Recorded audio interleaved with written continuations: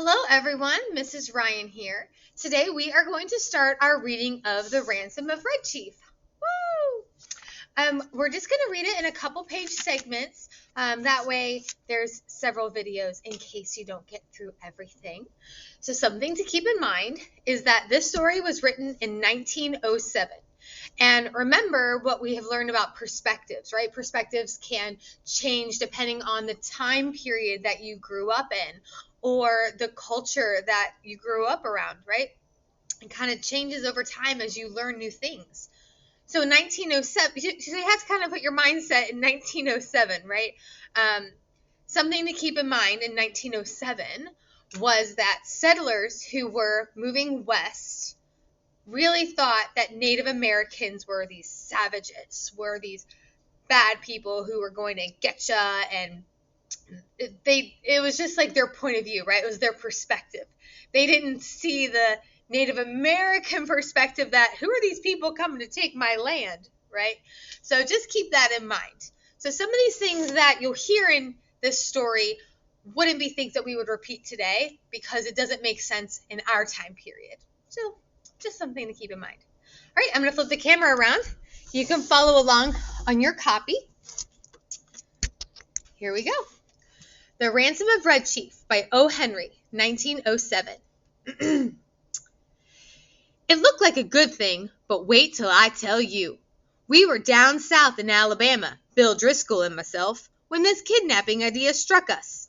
It was, as Bill afterward expressed it, during a moment of temporary mental apparition, but we didn't find that out till later. There was a town down there as flat as a pancake, and called Summit, of course. It contained inhabitants of as unharmful and self-satisfied a class of peasantry has ever found. Bill and me had a joint capital of about $600, and we needed just $2,000 more to pull off a fraudulent scheme in western Illinois. We talked it over on the front steps of the hotel.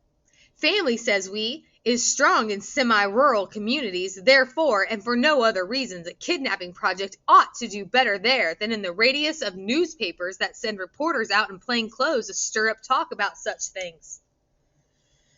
So they want to kidnap somebody for a ransom in a rural community where there aren't as many newspapers and reporters who would follow the case.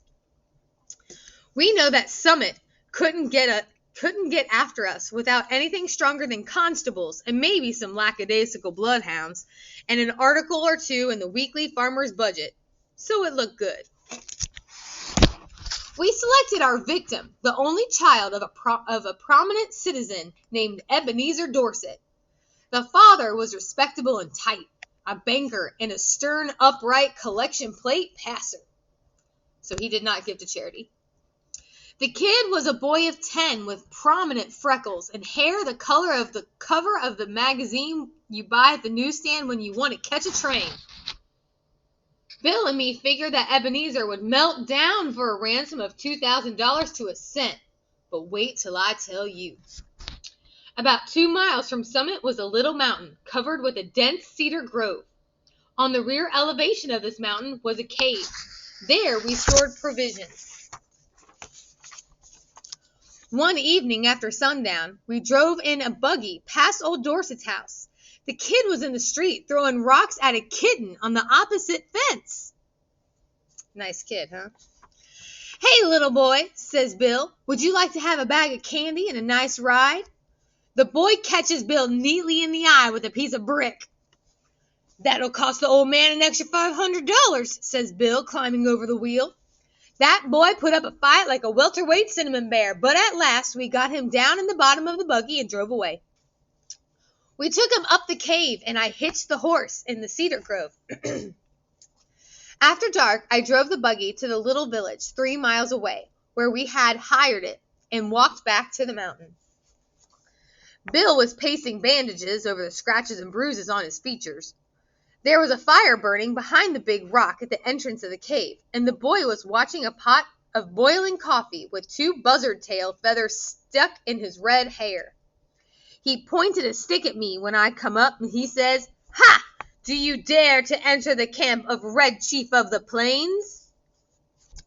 So he's playing Indian. Like back then they thought all Indians wore feathers and right, that was their perspective. So that's why this little boy who has bright red hair has 2 feathers stuck up in his hair.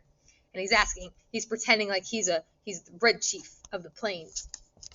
Anyway, he's all right now, says Bill, rolling up his trousers and examining some bruises on his shins. We're playing Indian. I'm old Hank, the trapper, Bill's chief's captive, and I'm to be killed at daybreak. Boy, that kid can kick hard.